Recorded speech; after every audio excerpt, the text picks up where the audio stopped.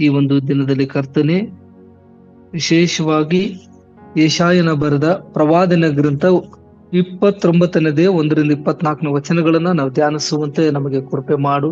ಅಪ್ಪ, ಪರಲೋಕದ ಜ್ಞಾನವನ್ನ ಕೊಟ್ಟು ನೀನು ನಡೆಸು ಸ್ವಾಮಿ, ಆಶೀರ್ವದಿಸು. ಯೇಸು ನಾಮದಲ್ಲಿ ಬೇಡಿದ್ದೇವೆ ನಮ್ಮ ಪರಲೋಕ ತಂದೆ.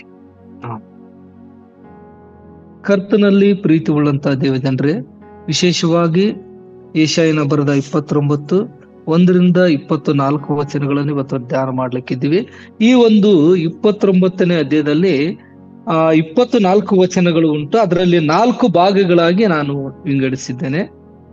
ಮೊದಲದಾಗಿ ನಾವು ನೋಡುತ್ತೇವೆ ಅಲ್ಲಿ ದೇವರ ನ್ಯಾಯವು ಎಂಬುದಾಗಿ. ಇಲ್ಲಿ 1ನೇ ವಚನವನ್ನ ನಾವು ಓದಿಕೊಳ್ಳೋಣ. ಈ ಒಂದು ಯೆಶಾಯನು ಪ್ರವಾದನೆ ಗ್ರಂಥ ಈ ಒಂದು 24 ವಚನಗಳಲ್ಲಿ ಅನೇಕ ಪ್ರವಾದನೆಗಳನ್ನ ಹೊಸ ಒಡಂಬಡಿಕೆಯಲ್ಲಿ ನೆರವೇರುವುದನ್ನ ನಾವು ನೋಡ್ತೇವೆ, ಅಥವಾ ಇರುವುದನ್ನ ನಾವು ನೋಡ್ತೇವೆ. ವಾಕ್ಯಗಳನ್ನ ಅಂದ್ರೆ ಇಲ್ಲಿ ನಾವು ಆ ಪ್ರವಾದನೆಯನ್ನ ಅನೇಕ ವಿಷಯಗಳನ್ನ ಹೇಳಿದ್ದನ್ನ ನೋಡುತ್ತೀವಿ. ನಾವು ಇಲ್ಲಿ ನಾವು ಅಯ್ಯೋ ಅರಿಯಲೆ ಅರಿಯಲೆ, ದಾವೀದನ ಸೈನ್ಯ ಸಮೇತವಾಗಿ ವಾಸಿಸಿದ ಪಟ್ಟಣವೇ, ನಿನ್ನ ಗತಿಯನ್ನು ಏನು ಹೇಳಲಿ ಎಂಬುದಾಗಿ ಇಲ್ಲಿ 1ನೇ ವಚನದಲ್ಲಿ ನಾವು ನೋಡ್ತೇವೆ. ಅಂದ್ರೆ ಇಲ್ಲಿ ಈ ಒಂದು ಸ್ಥಳ ಅಥವಾ ಅಲ್ಲಿರುವಂತ 1ನೇ ವಚನದಲ್ಲಿ ಅರಿಯಲೆ ಎಂಬ ಒಂದು ಪದವು ನೋಡ್ತೇವೆ. ಅರಿಯಲೆ ಅಂದ್ರೆ ಅದರ ಅರ್ಥ ಏನಪ್ಪಾ ಅಂದ್ರೆ ಯೆರೂಸಲೇಮ್, ಆ ಒಂದು ಪಟ್ಟಣ. ಅದು ಈ ನಗರವು ದೇವರ ವಿಷಯದಲ್ಲಿ ತೀವ್ರ ಕಷ್ಟವನ್ನ ಅನುಭವಿಸಿದೆಂಬುದಾಗಿ ಇಲ್ಲಿ ಸೂಚಿಸ್ತದೆ. ಒಂದು ಸೂಚನೆ ಏನಪ್ಪಾ ಅಂದ್ರೆ ನಿನ್ನ ಗತಿಯನ್ನು ಏನು ಹೇಳಲಿ ಎಂಬುದಾಗಿ ನೋಡುವಾಗ ಈ ನಗರವು ದೇವರ ವಿಷಯದಲ್ಲಿ ತೀವ್ರವಾದಂತ ಕಷ್ಟವನ್ನ ಅನುಭವಿಸಿದೆಂಬುದಾಗಿ ಇಲ್ಲಿ ನೋಡ್ತೇವೆ. ಅಂದ್ರೆ ಈ ಒಂದು ಅಲ್ಲಿ ಪುಟ್ನೋಟಲ್ಲಿ ಕೊಟ್ಟಿದ್ರೆ ಈ ಪದವು ಇಬ್ರಿಯ ಭಾಷೆಯಲ್ಲಿ ಕೂಡ ದೇವರ ಸಿಂಹ ಎಂಬುದಾಗಿ ನೋಡ್ತೇವೆ. ಇಲ್ಲಿ 1-4 ವಚನಗಳಲ್ಲಿ ನೋಡುವಂತ ಸಂದರ್ಭದಲ್ಲಿ ಅಲ್ಲಿ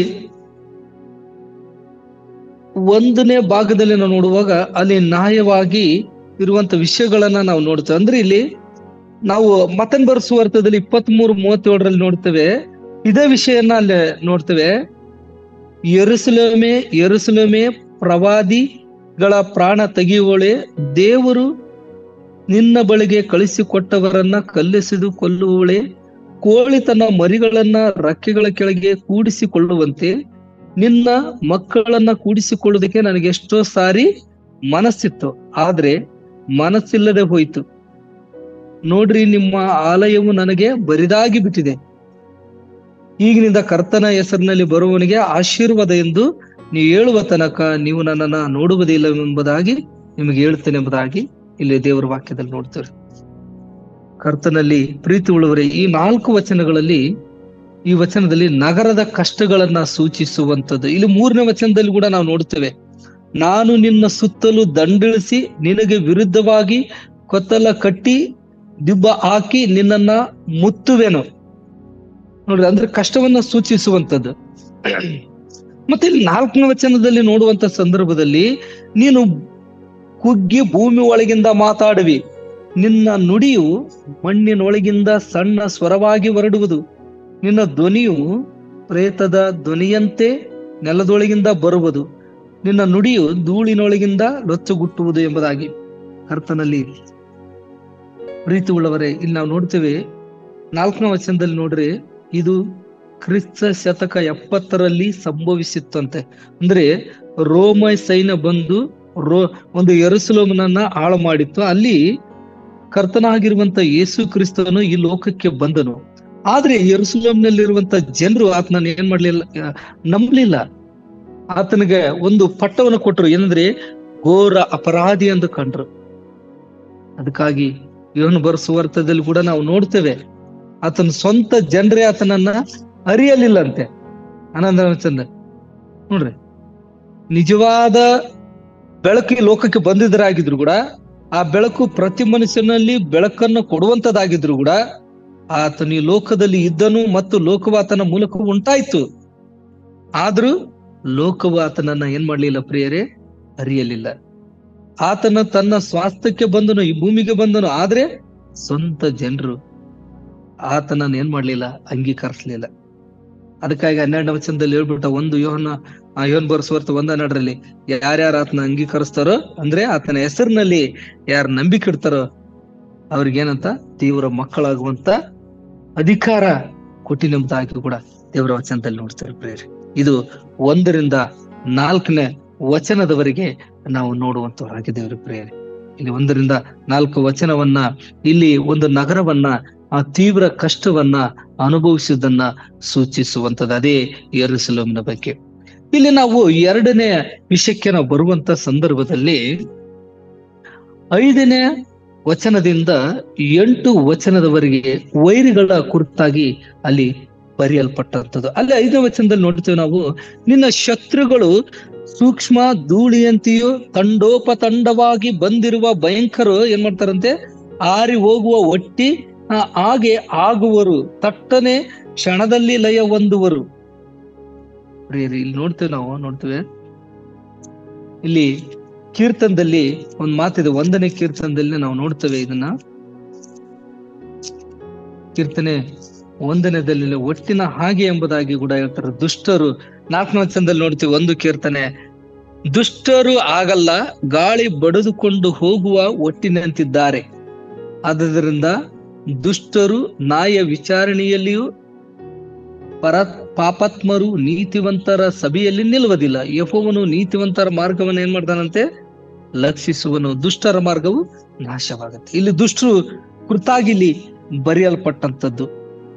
ಕರ್ತನಲ್ಲಿ ಪ್ರೀತಿಯುಳ್ಳವರಲ್ಲಿ 5-6ನೇ ವಚನದಲ್ಲಿ ನೋಡುವಂತ ಸಂದರ್ಭದಲ್ಲಿ ಅಲ್ಲಿ ಅರಿಯಲೆ ಮೇಲೆ ಹೋರಾಡಿ ಅದನ್ನು ಅದರ ಕೋಟೆಗೆ ವಿರುದ್ಧವಾಗಿ ಯುದ್ಧ ಮಾಡಿ ಬಾಧಿಸುವ ಸಕಲ ಜನಗಳನ್ನು ಕನಸಿನಂತೆ ಅಂತ ಹೇಳುತ್ತೆ. ಇಲ್ಲಿ ನಾವು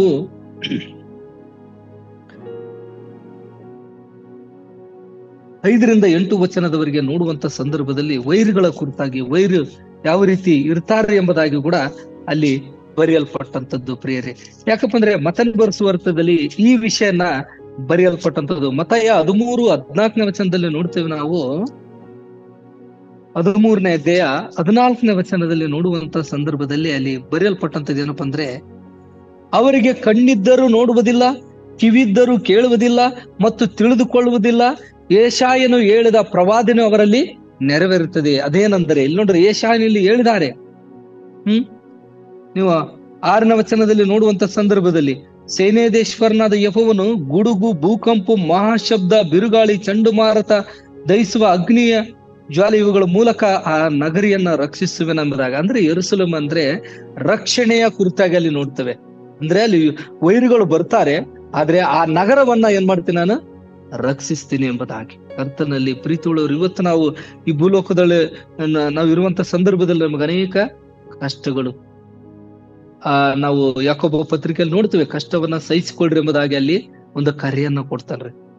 ಆದ್ರೆ ಕರ್ತನಲ್ಲಿ ಪ್ರೀತಿಯುಳ್ಳವರು, ಇಲ್ಲಿ ವಚನದಲ್ಲಿ ನೋಡ್ತೇವೆ, ನೀವು ಕಿವಿಯಿದ್ದು ಕೇಳಿದರೂ ತಿಳಿದುಕೊಳ್ಳುವುದಿಲ್ಲ, ಕಣ್ಣಿದ್ದು ನೋಡಿದರೂ ಕಾಣುವುದಿಲ್ಲ. ಈ ಜನರು ಹೃದಯವೇನಾಗಿದಂತೆ ಒಬ್ಬಿತು, ಇವರ ಕಿವಿ ಮಂದಾಯಿತು, ಇವರ ಕಣ್ಣು ಮುಚ್ಚಿಕೊಂಡಿದ್ದಾರೆ. ತಾವು ಕಣ್ಣಿನಿಂದ ಕಂಡ, ಕಿವಿಯಿಂದ ಕೇಳಿ, ಹೃದಯದಿಂದ ತಿಳಿದು ನನ್ನ ಕಡೆಗೆ ತಿರುಗಿಕೊಂಡು ನನ್ನಿಂದ ಸ್ವಸ್ಥತೆಯನ್ನು ಹೇಗೋ ಹೊಂದಬಾರದೆಂದು ಮಾಡಿಕೊಂಡಿದ್ದಾರೆ ಎಂಬುದಾಗಿ ಇಲ್ಲಿ ನಾವು ನೋಡ್ತೇವೆ ಪ್ರಿಯರೇ. ಜನರ ಹೃದಯವು ಈ ರೀತಿ ಆಗಿರುವಂಥದ್ದು ನೋಡ್ರಿ.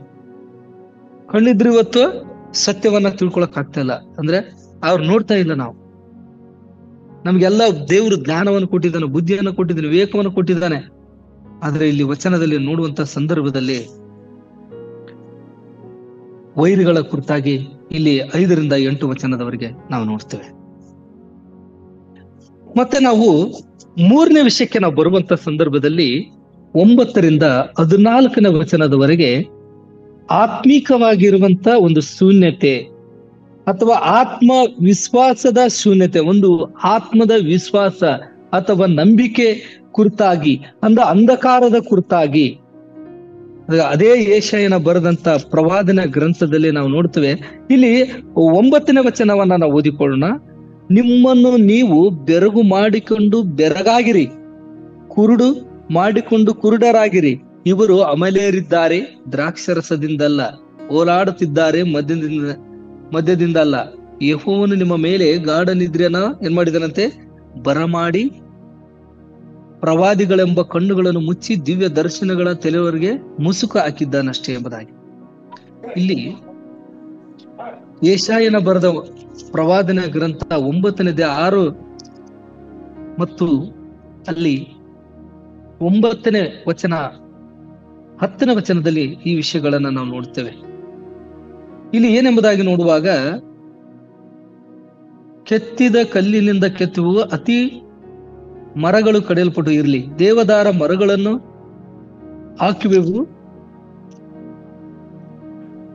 ಇಲ್ಲಿ 9ನೇ ವಚನಕ್ಕೆ ನಾವು ಬರುವಂತ ಸಂದರ್ಭದಲ್ಲಿ, ಅದಕ್ಕೆ ಆತನು, ನೀನು ಈ ಜನರ ಬಳಿಗೆ ಹೋಗಿ, ನೀವು ಕಿವಿಯಾರೆ ಕೇಳಿದರೂ ತಿಳಿಯಬಾರದು, ಕಣ್ಣಾರೆ ಕಂಡರೂ ಗ್ರಹಿಸಬಾರದು ಎಂದು ತಿಳಿಸಿ, ಕಣ್ಣಿನಿಂದ ಕಂಡು ಕಿವಿಯಿಂದ ಕೇಳಿ ಹೃದಯದಿಂದ ಗ್ರಹಿಸಿ ನನ್ನ ಕಡೆಗೆ ತಿರುಗಿಕೊಂಡು ನನ್ನಿಂದ ಸ್ವಸ್ಥತೆಯನ್ನು ಹೇಗೋ ಹೊಂದುವ ಹಾಗೆ ಈ ಜನರ ಹೃದಯಕ್ಕೆ ಬೇರಿಸಿ ಕಿವಿಯನ್ನ ಮಂದ ಮಾಡಿ ಕಣ್ಣಿಗೆ ಅಂಟು ಬಳಿ ಎಂದು ನನಗೆ ಹೇಳಿದನು. ಯೆಶಾಯ ನೋಡ್ರಿ, ತನ್ನ ಒಂದು ಪ್ರವಾದಿನಿಯಾಗಿ ನೇಮಿಸುವಂತ ಸಂದರ್ಭದಲ್ಲಿ ದೇವರು ವಾಕ್ಯದಲ್ಲಿ ನಾವು ನೋಡ್ತೇವೆ. ಅದೇ ರೀತಿಯಾಗಿ ಇಲ್ಲಿ ಯೆಶಾಯನ ಮೂಲಕ ಅವರಿಗೆ ಒಂದು ತಿಳಿಸಿದ ಒಂದು ಪ್ರವಾದನೆಗಳನ್ನ ಅರ್ಥ ಕೊಳ್ಳಲು ಅವ್ರಿಗೆ ಏನಾಗಲಿಲ್ಲ, ಸಾಧ್ಯವಾಗ್ಲಿಲ್ಲ. ಅವ್ರಿಗೆ ಅರ್ಥ ಮಾಡ್ಕೊಳಕ್ ಆಗಲಿಲ್ಲ. ಮುಂದೆ ನಾವು ಅದೇ ಯೆಶಾಯನ ಬರೆದಂತ ಪ್ರವಾದನೆ 6ನೇ 11, 12 ನೋಡ್ತೀವಿ. ಅವ್ರಿಗೆ ಅದ ಅರ್ಥ ಮಾಡ್ಕೊಳಕ್ ಆಗ್ಲಿಲ್ಲ ಅಂತೆ. ನೋಡ್ರಿ, ಕರ್ತನೆ, ಇದು ಎಂದಿನ ತನಕ ಎಂದು ಕೇಳಲು ಆತನು ಯೆಹೋವನು ಜನರನ್ನ ದೂರ ತೊಲಗಿಸಿ ದೇಶದಲ್ಲಿ ಆಳು ಹಚ್ಚಿ ಪಟ್ಟಣಗಳನ್ನ, ಜನರಿಲ್ಲದೆ ಮನೆಗಳನ್ನ, ನಿವಾಸಗಳಿಲ್ಲದ ದಂಸವಾಗಿ ಭೂಮಿಯ ತೀರ ಹಾಳಾಗುವ ತನಕ ಹೀಗಿರುವುದು ಎಂಬುದಾಗಿ ಅವರಿಗೆ ಆ ಒಂದು ಅರ್ಥ ಮಾಡಿಕೊಳ್ಳಕ್ಕೆ ಆಗ್ಲಿಲ್ಲ. ಪ್ರಿಯರೇ, ಕರ್ತನಲ್ಲಿ ಪ್ರೀತಿ ಉಳ್ಳವರೇ, ಇಲ್ಲಿ ನಾವು ನೋಡ್ತೇವೆ 13, 14ನೇ ವಚನಕ್ಕೆ ನಾವು ಬರುವಂತ ಸಂದರ್ಭದಲ್ಲಿ ಇಲ್ಲಿ ಯಾವ ರೀತಿ ಜನರ ಒಂದು ಸ್ವಭಾವಗಳನ್ನ ಬಗ್ಗೆಯಲ್ಲಿ ನಾವು ನೋಡ್ತಾ ಇದೀವಿ. ಜನರ ಸ್ವಭಾವ ಯಾವ ರೀತಿ ಇರ್ತದೆ ಎಂಬುದಾಗಿ ಕೂಡ ಅಲ್ಲಿ ನೋಡ್ತೇವೆ. ಯೆಹೋವನು ಈ ಜನರು ಮಾತಿನಿಂದ ನನ್ನನ್ನು ಏನ್ ಮಾಡ್ತಾರಂತೆ, ಸಮೀಪಿಸಿ ತುಟಿಯಿಂದ ನನ್ನನ್ನ ಸನ್ಮಾನಿಸ್ತಾರೆ, ಮನಸ್ಸನ್ನು ದೂರ ಮಾಡಿಕೊಂಡು ಬಾಯಿಪಟವಾಗಿ ಕಲಿತಿರುವ ಮನುಷ್ಯರ ಆಜ್ಞೆಗೆ ಸರಿಯಾದ ಭಯಭಕ್ತಿಯನ್ನು ಮಾತ್ರ ನನ್ನಲ್ಲಿಟ್ಟಿದ್ದಾರೆ. ಕರ್ತನಲ್ಲಿ ಪ್ರೀತಿ ಉಳ್ಳವರೇ, ಯೇಸು ಕ್ರಿಸ್ತನು ಒಂದು ಪರಿಸರ ಕಪಟತನವನ್ನ ಗದರಿಸ್ತಾನೆ. ಒಂದು ಮತನ ಬರೆಸುವರ್ತದಲ್ಲಿ ನಾವು ನೋಡ್ತೇವೆ. 15ನೇದಲ್ಲಿ ನಾವು 8, 9ನೇ ವಚನದಲ್ಲಿ ನೋಡ್ತೇವೆ. ಅಲ್ಲಿ ಒಂದು ಗದರಿಸ್ತಾನೆ. ಅಲ್ಲಿ ಏನೆಂಬುದಾಗಿ ನೋಡುವಾಗ 15ನೇ 8, 9ನೇ ವಚನದಲ್ಲಿ ನೋಡ್ತೇವೆ, ಈ ಜನರು ಮಾತಿನಿಂದ ನನ್ನನ್ನ ಸನ್ಮಾನಿಸ್ತಾರೆ, ಆದ್ರೆ ಅವರ ಮನಸ್ಸು ನನಗೇನಾಗಿದೆ ಅಂತೆ, ದೂರ ಆಗಿದೆ. ನೋಡ್ರಿ, ಅವ್ರ ಮನಸ್ಸು ನನಗೆ ದೂರ ಆಗಿದೆ, ಅವ್ರ ಮನಸ್ಸು ನನಗೆ ದೂರ ಆಗಿದೆ ಎಂಬುದಾಗಿ ಇಲ್ಲಿ ಪರಿಸರ ಕಪಟತನವನ್ನ ಕತ್ತರಿಸ್ತಾನೆ ಎಂಬುದಾಗಿ. ಮತ್ತೆ ಅಲ್ಲಿ ಹೇಳುತ್ತೆ, ನನಗೆ ಭಕ್ತಿ ತೋರಿಸುವುದು ವ್ಯರ್ಥ. ಆಮೇಲೆ ಯೇಸು ಜನರ ಗುಂಪನ ಹತ್ರಕ್ಕೆ ಕರೆದು ಅವ್ರಿಗೇನ್ ಹೇಳ್ತಾನೆ, ಕಿವಿಗೊಟ್ರಿ ಕೇಳ್ರಿ, ತಿಳಿದುಕೊಳ್ರಿ ಎಂಬುದಾಗಿ. ಇದು ಈ ಒಂದು ವಚನದಲ್ಲಿ ನೋಡ್ತೇವೆ ನಾವು. 13, 14ನೇ ವಚನದಲ್ಲಿ ಬಹಳ ನಮಗೆ ನಮ್ಮ ಸ್ವಭಾವ ಯಾವ ರೀತಿ ಇರುತ್ತ ನೋಡ್ರಿ. ಆಗಿನ ಕಾಲದಲ್ಲಿಯೇ ಯೆಶಾಯನ ಮೂಲಕ ಇಳಿಸಿದಂತ ವಾಕ್ಯ, ಜನರು ಈ ರೀತಿ ಇರ್ತಾರೆ. ಅವ್ರು ಏನ್ ಮಾಡ್ತಾರ, ಮಾತಿನಿಂದ ನನ್ನನ್ನ ಸಮೀಪಿಸ್ತಾರೆ, ತುಟಿಯಿಂದ ನನ್ನನ್ನ ಸನ್ಮಾನಿಸ್ತಾರೆ, ಮನಸ್ಸು ಅವ್ರಿಗೆ ಮಾತ್ರ ದೂರ. ಆದ್ರೆ ಇಲ್ಲಿ ಹೀಗಿರುವುದರಿಂದ ನಾನು ಈ ಜನರ ಮಧ್ಯದಲ್ಲಿ ಅಧಿಕಾಶ್ಚರ್ಯವೂ ಅದ್ಭುತವೂ ಆದ ಕಾರ್ಯವನ್ನು ಇನ್ನು ಮಾಡುವೆನೆ ಎಂಬುದಾಗಿ. ಇಲ್ಲಿ ನಾವು ಇನ್ನೊಂದು ವಚನ ನೋಡುವಂತ ಸಂದರ್ಭದಲ್ಲಿ ಹೋಶೇಯನು 6ನೇ ಅಧ್ಯಾಯದಲ್ಲಿ ನಾವು ನೋಡ್ತೇವೆ. 6 ವಚನದಲ್ಲಿ ನೋಡುವಂತ ಸಂದರ್ಭದಲ್ಲಿ, ನನಗೆ ಯಜ್ಞವೂ ಬೇಡ, ಕರುಣೆಯೇ ಬೇಕು, ಹೋಮಗಳಿಗಿಂತ ದೇವ ಜ್ಞಾನವೇ ಇಷ್ಟ ಎಂಬುದಾಗಿ ಕೂಡ ಅಲ್ಲಿ ನಾವು ನೋಡ್ತೇವೆ. ಅಂದ್ರೆ ದೇವರು ತನ್ನ ಜನರನ್ನ ಶಿಕ್ಷಿಸಿದ ಕಾರಣವನ್ನ ತಿಳಿಸ್ತಾನೆ. ಅಂದ್ರೆ ಇಲ್ಲಿ ತಮ್ಮ ನಡತೆಯನ್ನ ಸರಿಪಡಿಸಿಕೊಳ್ಳಲಿಲ್ಲ ಜನರು ಏನ್ ಮಾಡಿದಾರೆ ಅಂದ್ರೆ ತಮ್ಮ ನಡತೆಯನ್ನ ಸರಿಪಡಿಸಿಕೊಳ್ಳಲಿಲ್ಲ. ಅದಕ್ಕಾಗಿ ಕೂಡ ಕೀರ್ತನದಲ್ಲಿ ಒಂದು ಮಾತು ಇದೆ, 50-23ನೇ ವಚನದಲ್ಲಿ ನಾವು ಕೂಡ ನೋಡ್ತೇವೆ. ಯಾರು ಸ್ತುತಿ ಯಜ್ಞಗಳನ್ನ ಸಮರ್ಪಿಸುತ್ತಾರೋ ಅವರೇ ನನ್ನನ್ನ ಏನ್ ಮಾಡ್ತಾರಂತೆ, ಗೌರವಿಸುವವರು. ತಮ್ಮ ನಡತೆಯನ್ನ ಸರಿಪಡಿಸಿಕೊಳ್ಳುವವರಿಗೆ ನನ್ನ ವಿಶೇಷವಾದಂತ ರಕ್ಷಣೆಯನ್ನ ತೋರಿಸುವೆನು ಎಂಬುದಾಗಿ. ನೋಡ್ರಿ, ಇವತ್ತ ನಮ್ಮ ನಡೆ ನುಡಿಯ ಕ್ರಿಯೆಗಳು ದೇವರಿಗೆ ಮೆಚ್ಚುಗೆಯಾಗಿ ಇರ್ಬೇಕೆಂಬುದಾಗಿ ಕೂಡ ದೇವರು ಇಷ್ಟಪಡ್ತಾನೆ ಎಂಬುದಾಗಿ ಕೂಡ ದೇವರ ವಾಕ್ಯದಲ್ಲಿ ನಾವು ನೋಡ್ತೇವೆ. ಕರ್ತನಲ್ಲಿ ಪ್ರೀತಿ ಉಳ್ಳವರೇ, ಈ ವಚನದಲ್ಲಿ ನಾವು ಮತ್ತನ್ ಬರೆಸುವರ್ಥದಲ್ಲಿ ಅಲ್ಲಿ ಇರುವಂತ ಪರಿಸರಿಗೆ, ಅಲ್ಲಿ ಇರುವಂತ ಅನೇಕ ಜನರಿಗೆ ಅಲ್ಲಿ 23 ನೋಡ್ತೇವೆ ನಾವು. ಅಯ್ಯೋ ಕಪಟಿಗಳಾದ ಶಾಸ್ತ್ರಿಗಳೇ, ನೋಡ್ರಿ ಅಲ್ಲಿ ಶಾಸ್ತ್ರಿಗಳಿದ್ದಾರೆ, ಪರಿಸರಿದ್ದಾರೆ, ಅವ್ರನ್ನ ಇಲ್ಲಿ ಗದರಿಸ್ತಾನೆ. ಶಾಸ್ತ್ರಿಗಳೇ, ನೀವು ಮರಗು, ಸೋಪು, ಜೀರಿಗೆಗಳಲ್ಲಿ 10 ಪಾಲು ಕೊಡ್ತೀರಿ ಸರಿ, ಆದ್ರೆ ಧರ್ಮಶಾಸ್ತ್ರದಲ್ಲಿ ಗೌರವಾದದ್ದನ್ನ, ಅಂದ್ರೆ ನ್ಯಾಯವಾದದ್ದನ್ನ, ಕರುಣೆಯನ್ನ, ನಂಬಿಕೆಯನ್ನ ಏನ್ ಮಾಡಿದಿರಿ ನೀವು? ಬಿಟ್ಟು ಬಿಟ್ರಿ. ಇವುಗಳನ್ನ ಮಾಡ್ಬೇಕಾಗಿತ್ತು, ಅವುಗಳನ್ನ ನೀವೇನು ಮಾಡ್ಬಿಟ್ಟಿದ್ರಿ? ಬಿಟ್ಟು ಬಿಟ್ಟಿದ್ರಿ. ಬಿಡಬಾರದು ಎಂಬುದಾಗಿ ಕೂಡ ಇಲ್ಲಿ ಗದರಿಸುವುದನ್ನ ನೋಡ್ತೇವೆ ನಾವು. ನೋಡ್ರಿ, ಇವತ್ತು ನಮ್ಮ ಜೀವನದಲ್ಲಿ, ಅನೇಕರ ಜೀವನದಲ್ಲಿ ನಾವೇನ್ ಮಾಡ್ತೀವಿ? ಬಾಯಿಂದ ಹೇಳ್ತೀವಿ ನಾವು, ಆದ್ರೆ ಹೃದಯದಿಂದ, ಅದಕ್ಕಾಗಿ ಪೂರ್ಣ ಹೃದಯದಿಂದ, ಪೂರ್ಣ ಮನಸ್ಸಿನಿಂದ ಯೆಹೋವನನ್ನ ಏನ್ ಮಾಡ್ಬೇಕಂತೆ? ನಾವು ಆರಾಧಿಸಬೇಕು, ಆತನನ್ನ ನಾವು ಕೊಂಡಾಡಬೇಕು. ಅದಕ್ಕೆ ಇಲ್ಲಿ ವಚನ ಹೇಳ್ತಾ ಇರೋದು ಪ್ರಿಯರೇ. ಹಾಗಾಗಿ ಇವತ್ತು ನಾವು 14ನೇ ವಚನದಲ್ಲಿ ಅನೇಕ ವಿಷಯಗಳನ್ನ ನಾವು ಕಲಿಬಹುದು ಪ್ರಿಯರೇ. ಜ್ಞಾನ, ಇಸ್ರಾಯೇಲರಿಗೆ ನಿಜವಾದಂತ ಜ್ಞಾನವು ಯೆಹೋವನಿಂದಲೇ ಬಂದಿತ್ತಂತ, ಅವ್ರಿಗೆ ಜ್ಞಾನ, ಬುದ್ಧಿ. ಆದ್ರೆ ಆ ಒಂದು ಉಪದೇಶಗಳಿಗೆ ಅಥವಾ ದೇವರ ವಾಕ್ಯಕ್ಕೆ ಅವ್ರು ಏನಾಗ್ಲಿಲ್ಲ? ವಿಧೇಯರಾಗ್ಲಿಲ್ಲ. ಅವರು ನಿಜವಾದ ಜ್ಞಾನಿ ದೇವರು, ಆ ಜ್ಞಾನವನ್ನು ಕೊಡುವಾತನು ದೇವರಾಗಿದ್ದಾನೆ ಎಂಬುದಾಗಿ ಅವರು ತಿಳಿದುಕೊಳ್ಳಲಿಲ್ಲ. ಅದಕ್ಕಾಗಿ ಸೊಲೊಮೋನನ ಬರೆಯುವುದನ್ನ ನಾವು ನೋಡ್ತೇವೆ. 1ನೇ ಅಧ್ಯಾಯದಲ್ಲಿ ಜ್ಞಾನೋಕ್ತಿ 1:7 ಕೂಡ ನಾವು ನೋಡ್ತೇವೆ, ಯೆಹೋವನ ಭಯವೇ ಜ್ಞಾನಕ್ಕೆ ಮೂಲ, ಮೂರ್ಖರಾದರೂ ಜ್ಞಾನವನ್ನ, ಶಿಕ್ಷೆಯನ್ನ ಅಸಡ್ಡೆ ಮಾಡ್ತಾರಂತೆ. ನೋಡ್ರಿ, ಅದಕ್ಕಾಗಿ 2ನೇ ಅಧ್ಯಾಯ 6ನೇ ವಚನದಲ್ಲಿ ನೋಡ್ತೀವಿ, ಯೆಹೋವನ ಜ್ಞಾನವನ್ನ ಕೊಡುವಾತನು, ಆತನ ಬಾಯಿಂದಲೇ ತಿಳುವಳಿಕೆಯು, ವಿವೇಕವು ಹೊರಟು ಬರುವಂಥದ್ದು. ಅದನ್ನ ನಾವು ಇವತ್ತು ಏನ್ ಮಾಡ್ತಾ ಇದೀವಿ ಅಂದ್ರೆ ಕೇಳ್ತಾ ಇಲ್ಲ ನಾವು. ಇಲ್ಲಿ ವಚನ 14ನೇ ವಚನದಲ್ಲಿ ನೋಡ್ತೀವಿ, ಇವರು ಜ್ಞಾನವು, ನೋಡ್ರಿ, ಜ್ಞಾನಿಗಳ ಜ್ಞಾನವು ಅಳಿಯುವುದು, ವಿವೇಕವು ಅಡಗುವುದು ಎಂದು ಹೇಳ್ತಾನೆ. ಅಂದ್ರೆ ಇವತ್ತು ದೇವರ ಜ್ಞಾನ ಕೊಡುವಾತನು, ಯೆಹೋವನ ಭಯವೇ ಜ್ಞಾನಕ್ಕೆ ಮೂಲ ಎಂಬುದಾಗಿ ಕೂಡ ದೇವರ ವಾಕ್ಯದಲ್ಲಿ ನಾವು ನೋಡುತ್ತೇವೆ ಪ್ರಿಯರೇ. ಇಲ್ಲಿ ನಾವು ದೇವರನ್ನ ಆರಾಧಿಸೋಣ, ಕೊಂಡಾಡೋಣ. ಮತ್ತೆ ನಾವು 4ನೇ ವಿಷಯಕ್ಕೆ ನಾವು ಬರುವಂತ ಸಂದರ್ಭದಲ್ಲಿ, ದೇವರ ನ್ಯಾಯವಂತನು, ನಿಜವಾಗ್ಲಿ ಆತನು ನೀತಿವಂತನು, ನ್ಯಾಯವಂತನು. ಇವತ್ತು ಆತನು ನಮಗೆ ಒಂದು ದಾರಿಯನ್ನ ತೋರಿಸೋಣ. ಅದಕ್ಕಾಗಿ ದೇವರ ವಚನದಲ್ಲಿ ನೋಡ್ತೇವೆ, ನಾನೇ ಮಾರ್ಗ, ಸತ್ಯ, ಜೀವ ಎಂಬುದಾಗಿ ಕೂಡ ದೇವರ ವಾಕ್ಯದಲ್ಲಿ ನಾವು ನೋಡ್ತೇವ್ರಿ ಪ್ರಿಯರೇ. 4ನೇ ವಿಷಯಕ್ಕೆ ನಾವು ಬರುವಾಗ, ದೇವರಿಗೆ ಅಲ್ಲಿ 15ನೇ ವಚನವನ್ನ ನಾವು ಓದುವಂತ ಸಂದರ್ಭದಲ್ಲಿ, ತಮ್ಮ ಆಲೋಚನೆಯನ್ನ ಯೆಹೋವನಿಗೆ ಮರೆಮಾಚುವುದಕ್ಕೆ ಅಗಾಧೋಪಾದಿಯಲ್ಲಿ ಮಾಡಿ ನಮ್ಮನ್ನ ಯಾರು ನೋಡ್ಯಾರು? ನೋಡ್ರಿ, ಇವತ್ತು ನಾವು ನೋಡ್ತೀವಿ, ಯಾರು ನಮ್ಮನ್ನ ನೋಡುದಿಲ್ಲ. ಆದ್ರೆ ದೇವರೊಬ್ರು ನಮ್ಮನ್ನ ನೋಡ್ತಾ ಇದಾರೆ, ಗಮನಿಸ್ತಾ ಇದಾರೆ. ನಾವು ಎಲ್ಲಿಗೆ ಹೋಗ್ತೀವಿ, ಏನ್ ಮಾಡ್ತೀವಿ, ಎಲ್ಲಿ ಕೂಡ್ತೀವಿ, ದೇವರೊಬ್ರು ನಮ್ಮನ್ನ ಏನ್ ಮಾಡ್ತಾ ಇರ್ತಾರಂತೆ? ನೋಡ್ತಾ ಇದ್ದಾರೆ ಪ್ರಿಯರೇ. ಇಲ್ಲಿ ನಾವು 18ನೇ ವಚನಕ್ಕೆ ಬರುವಂತ ಸಂದರ್ಭದಲ್ಲಿ, ಯೇಸು ಕ್ರಿಸ್ತನ ಭೂಲೋಕದಲ್ಲಿ ಇದ್ದಂತ ಸಂದರ್ಭದಲ್ಲಿ ಈ ಕಾರ್ಯವು ನೆರವೇರಲು ಏನಾಯ್ತಂತ ಪ್ರಾರಂಭವಾಯ್ತು. ಯಾಕಪ್ಪ ಅಂದ್ರೆ ಅಲ್ಲಿ ವಚನದಲ್ಲಿ ನೋಡ್ತೇವೆ ನಾವು, ಆ ದಿನದಲ್ಲಿ ಕಿವುಡರು ಶಾಸ್ತ್ರದ ಮಾತುಗಳನ್ನ ಕೇಳುವರು, ಮಬ್ಬು ಕತ್ತಲಗಳಲ್ಲಿಯೂ ಕುರುಡರು ಕಣ್ಣು ಕಾಣುವುದು, ದೀನರು ಯೆಹೋವನಲ್ಲಿ ಎಚ್ಚೆತ್ತಾಗಿ ಆನಂದಿಸುವರು, ಬಡವರು ಇಸ್ರಾಯೇಲರು ಸದಮಲ ಸ್ವಾಮಿಯಲ್ಲಿ ಉಲ್ಲಾಸಿಸುವರು. ಏಕೆಂದ್ರೆ ಭಯಂಕರರು ಏನಾಗ್ತಾರಂತೆ? ನಿಶೇಷವಾಗುವರು, ಧರ್ಮ ನಿಂದಕರು ನಿರ್ನಾಮವಾಗುವರು. ನೋಡ್ರಿ 18-19 ನೋಡ್ತೇವೆ ನಾವು, ಕಿವುಡ್ರು ಏನಾಗ್ತಾರಂತೆ? ಅಲ್ಲಿ ವಚನದಲ್ಲಿ ನೋಡ್ತೇವೆ, ಮಾತುಗಳನ್ನ ಕೇಳ್ತಾರೆ, ಅವ್ರಿಗೆ ಕಿವಿಗಳನ್ನ ಕೇಳ್ತದೆ ಎಂಬುದಾಗಿ ಕೂಡ ದೇವರ ವಾಕ್ಯದಲ್ಲಿ ನಾವು ನೋಡ್ತೇವೆ. ಕರ್ತನಲ್ಲಿ ಪ್ರೀತಿ ಉಳ್ಳವರೇ, ಆ ಮತ್ತನ್ ಬರೆಸುವರ್ಥದಲ್ಲಿ ಅನೇಕ ವಿಷಯಗಳನ್ನ ಯೇಸು ಕ್ರಿಸ್ತನ ಕುರಿತಾಗಿ, ಅಂದ್ರೆ ಇಲ್ಲಿ ಯೆಶಾಯನು ಬರೆದ ಪ್ರವಾದನ ಗ್ರಂಥದಲ್ಲಿ ಬರೆದಂತ ವಿಷಯಗಳನ್ನ ಇದರಲ್ಲಿ ಹೆಚ್ಚಾಗಿ ನಾವು ಇರುವುದನ್ನ ನಾವು ನೋಡ್ತಾ ಇದೀವಿ. ಮತ್ತೆ 11:5 ನಾವು ನೋಡುವಂತ ಸಂದರ್ಭದಲ್ಲಿ ಆ ವಿಷಯನ ನಾವು ನೋಡ್ತೇವ್ರಿ. 11ನೇ ವಚನದಲ್ಲಿ ನೋಡ್ತೇವೆ, ಅವನು ಪ್ರತ್ಯುತ್ತರವಾಗಿ, ಕುರುಡರಿಗೆ ಕಣ್ಣು ಬರುತ್ತವೆ, ಕುಂಟರಿಗೆ ಕಾಲು ಬರುತ್ತವೆ, ಕುಷ್ಠ ರೋಗಿಗಳು ಶುದ್ಧರಾಗ್ತಾರೆ, ಕಿವುಡರಿಗೂ ಕಿವಿ ಬರುತ್ತವೆ, ಸತ್ತವರು ಜೀವವನ್ನು ಹೊಂದುತ್ತಾರೆ, ಬಡವರಿಗೆ ಸುವಾರ್ತೆ ಸಾರಲ್ಪಡುತ್ತದೆ. ನೀವು ಹೋಗಿ ಕಂಡು ಕೇಳಿದವುಗಳನ್ನ ಯೋಹಾನಿಗೆ ತಿಳಿಸಿರಿ, ನನ್ನ ವಿಷಯದಲ್ಲಿ ಸಂಶಯ ಪಡೆದವನೇ ಧನ್ಯನೆಂಬುದಾಗಿ ಹೇಳ್ತಾನ್ರಿ. ಇಲ್ಲಿ ಕ್ರಿಸ್ತನ ಕಾರ್ಯಗಳು ನಾವು ನೋಡ್ತೇವೆ. ಕರ್ತನಲ್ಲಿ ಪ್ರೀತಿ ಉಳ್ಳವರೇ, ವಚನದಲ್ಲಿ ನೋಡುವಾಗ ದೀನರು ಯೆಹೋವನಲ್ಲಿ ಹೆಚ್ಚಾಗಿ ಆನಂದ ಪಡ್ತಾರೆ.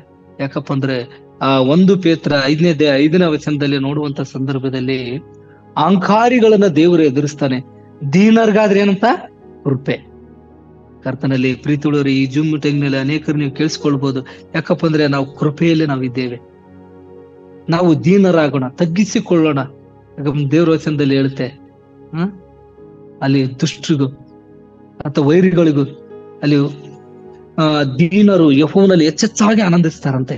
ಮತ್ತೆ ಅಲ್ಲಿ ಬಡವರು ಇಸ್ರಾಯೇಲರು ಸದಮಲ ಸ್ವಾಮಿಯನ್ನ ಉಲ್ಲಾಸಿಸ್ತಾರೆ ಎಂಬುದಾಗಿ ಕೂಡ ನಾವು ನೋಡ್ತೀವಿ. ಕರ್ತನಲ್ಲಿ ಪ್ರೀತಿ ಉಳ್ಳವರೇ, ಶಾರೀರಿಕವಾಗಿ ಮತ್ತು ಆತ್ಮಿಕವಾಗಿ ಕಣ್ಣುಗಳನ್ನ ನಾವು ತೆರಬೇಕೆಂಬುದಾಗಿ ಕೂಡ ವಚನದಲ್ಲಿ ನೋಡ್ತೇವೆ. ನಾವು ಕೀರ್ತನೆ 119:18 ಒಂದು ವಚನವನ್ನ ನಾವು ನೋಡ್ತೇವೆ ಈ ವಿಷಯವಾಗಿ. ನಿನ್ನ ಕಣ್ಣುಗಳನ್ನ ನೋಡ್ರೆ, ಅಲ್ಲಿ 18ನೇ ವಚನದಲ್ಲಿ ನೋಡುತ್ತೇವೆ, ಆಗ ಧರ್ಮಶಾಸ್ತ್ರದ ಅದ್ಭುತಗಳನ್ನ ಕಂಡುಕೊಳ್ಳುವೆನು ಎಂಬುದಾಗಿ. ಅಂದ್ರೆ ನನ್ನ ಕಣ್ಣು ತೆರೆ, ಅಂದ್ರೆ ಆತ್ಮೀಕದ ಕಣ್ಣುಗಳನ್ನ, ಆಗ ನಿನ್ನ ಧರ್ಮಶಾಸ್ತ್ರದ ಅದ್ಭುತಗಳನ್ನ ಏನ್ ಮಾಡುವೆ, ನಾನು ಕಂಡುಕೊಳ್ಳುವೆನು ಎಂಬುದಾಗಿ ಅಲ್ಲಿ ಕೀರ್ತನೆಗಾರನ ಹೇಳುವುದನ್ನು ನೋಡ್ತೇವೆ. ಶಾರೀರಿಕವಾಗಿ ಹಾಗೂ ಆತ್ಮಿಕವಾಗಿ ನಾವು ಕಿವುಡರಾಗಿದ್ದೇವೆ, ಕೇಳಿಸಿಕೊಳ್ಳುವಂತ ದೇವರು ಮಾಡ್ತಾರೆ. ಹಾಗಾಗಿ ಕರ್ತನಲ್ಲಿ ಇವತ್ತು ನಮಗೆ ಬಿಡುಗಡೆಯ ಇದೆ ಪ್ರಿಯರೇ. ಈ ವಚನದಲ್ಲಿ ನೋಡ್ತೇವೆ, ನಾವು 18ರಿಂದ 21ರ ವಚನದವರೆಗೆ ನೋಡುವಂತ ಸಂದರ್ಭದಲ್ಲಿ ಅಲ್ಲಿ ನಾವು ದೇವರಿಗೆ ವಿಧೇಯರಾಗ್ಬೇಕ್ರಿ. ದೇವ್ರು ನಮ್ಮನ್ನ ಏನ್ ಮಾಡ್ತಾರಂತೆ, ಸ್ವಸ್ಥತೆ ಮಾಡ್ತಾರೆ. ಆತ್ಮಿಕವಾಗಿ, ಶಾರೀರಿಕವಾಗಿ ಮತ್ತು ಭೌತಿಕವಾಗಿ ಕೂಡ ದೇವ್ರು ನಮ್ಮನ್ನ ಏನ್ ಮಾಡ್ತಾರಂತೆ, ನಡೆಸ್ತಾರೆ ಎಂಬುದಾಗಿ ಕೂಡ ದೇವರ ವಚನದಲ್ಲಿ ನೋಡ್ತೇವೆ. ಮತ್ತೆ ನಾವು 22ರಿಂದ 24ನೇ ವಚನದವರೆಗೆ ನಾವು ಬರುವಂತ ಸಂದರ್ಭದಲ್ಲಿ ದೇವರು ಅಬ್ರಾಮನ ಕುಟುಂಬವನ್ನು ಸಂಪೂರ್ಣವಾಗಿ ಏನ್ ಮಾಡ್ತಾರಂತ ಇಲ್ಲಿ ಕ್ಷಮಿಸ್ತಾರೆ ಮತ್ತು ಅವರಿಗೆ ಮೆಚ್ಚುಗೆಯನ್ನು ವ್ಯಕ್ತಪಡಿಸ್ತಾರೆ. ಅಂದ್ರೆ ಅವರ ಒಂದು ಹಿನ್ನೆಲೆಯನ್ನು ನೋಡುವಾಗ ಅವರು ಒಂದು ವಿಗ್ರಹದ ಆರಾಧನೆ ಮನೆಯಲ್ಲಿ ಇರುವಂತ ವ್ಯಕ್ತಿಯಾಗಿದ್ರು. ದೇವ್ರು ಏನ್ ಮಾಡ್ತಾರೆ ಅಂದ್ರೆ ಅವ್ರನ್ನ ಉದ್ಧರಿಸ್ತಾರೆ ಎಂಬುದಾಗಿ ದೇವರ ವಾಕ್ಯ ಹೇಳುತ್ತೀನಿ. ಈಗಿರಲು ಅಬ್ರಾಮನು ಉದ್ಧರಿಸಿದ ಯೆಹೋವನು ಯಾಕೋಬನ ಮನೆತನ ವಿಷಯವಾಗಿ ಯಾಕೋಬರು ಇನ್ನೂ ನಾಚಿಗೆ ಈಡಾಗುವರು. ನೋಡ್ರಿ, ಈಡಾಗರು, ಅವರ ಮುಖವು ಇನ್ನೂ ಬಾಡದು. ಯಾಕೋಬನ ವಂಶದವರು ತಮ್ಮ ಮಧ್ಯದಲ್ಲಿ ನಾನು ನಡೆಸುವ ಕೆಲಸವನ್ನು ನೋಡಿ ನನ್ನ ನಾಮವೇ ಆರಾಧನೆಗೆ ಅರ್ಹವೆಂದು ಪ್ರತಿಷ್ಠಿಸುವರು ಎಂಬುದಾಗಿ. ಇಲ್ಲಿ ನಾನು ನಿನ್ನೊಂದಿಗೆ ಒಪ್ಪಂದವನ್ನ ಕೈಗೊಳ್ಳುವೆನು ಮತ್ತು ನಿನ್ನ ಸಂತಾನದಿಂದ ನಿನ್ನೊಂದಿಗೆ ಶಾಶ್ವತ ಒಪ್ಪಂದವನ್ನ ಇಟ್ಟುಕೊಳ್ಳುತ್ತೇನೆ ಎಂಬುದಾಗಿ ಆದಿಕಾಂಡದಲ್ಲಿ ನಾವು ಅನೇಕ ವಚನಗಳನ್ನು ನೋಡ್ತೇವೆ. ಆದಿಕಾಂಡ 17:7 ನೋಡ್ತೇವೆ, ಮತ್ತೆ ಆದಿಕಾಂಡ 14:19 ನೋಡ್ತೇವೆ. ದೇವರು ಅಬ್ರಾಮನ ಗುಣವನ್ನ ಮೆಚ್ತಾನೆ ಅಲ್ಲಿ.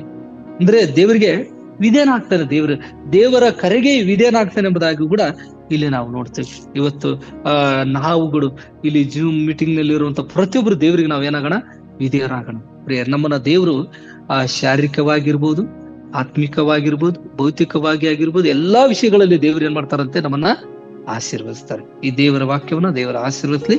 ನಾವು ಪ್ರಾರ್ಥನೆ ಮಾಡಿಕೊಳ್ಳೋಣ. ನಮ್ಮನ್ನ ಬಾಳವಾಗಿ ಪ್ರೀತಿಸುವ ಪರಲೋಕದ ನಮ್ಮ ತಂದೆಯ ದೇವರೇ, ಪರಿಶುದ್ಧನು, ಮಹೋನ್ನತನು, ಸರ್ವಶಕ್ತನಾಗಿರುವಂತ ಯೇಸಪ್ಪ, ಈ ಯೆಶಾಯನ ಬರೆದ ಪ್ರವಾದನ ಗ್ರಂಥ 29ನೇ 1ರಿಂದ 24 ವಚನಗಳನ್ನ ಧ್ಯಾನಿಸುವಂತೆ ಅಪ್ಪ ನಮಗೆ ನೀನು ಮಾತನಾಡಿದಕ್ಕಾಗಿ ಸ್ತೋತ್ರ ಅಪ್ಪ. ವಿಶೇಷವಾಗಿ ಕರ್ತನೆ, ಜೂಮ್ ಮೀಟಿಂಗ್ ನಲ್ಲಿ ಇರುವಂತಹ ಪ್ರತಿಯೊಬ್ಬರನ್ನ, ಸೇವಕರನ್ನ, ಪ್ರತಿಯೊಬ್ಬರ ವಿಶ್ವಾಸಿಗಳನ್ನ ನೀನು ಆಶೀರ್ವದಿಸು, ಬಲಪಡಿಸು ಕರ್ತನೆ. ನಿನಗೆ ಸ್ತೋತ್ರ, ಸ್ತುತಿ, ಘನ, ಮಾನ, ಮಹಿಮೆ ನಿಮ್ಮೊಬ್ಬರಿಗೆ ಸಲ್ಲಿಸುತ್ತಾ ಯೇಸು ನಾಮದಲ್ಲಿ ಬೇಡಿದವೆ ನಮ್ಮ ಪರಲೋಕದ ತಂದೆ. ಆಮೆನ್.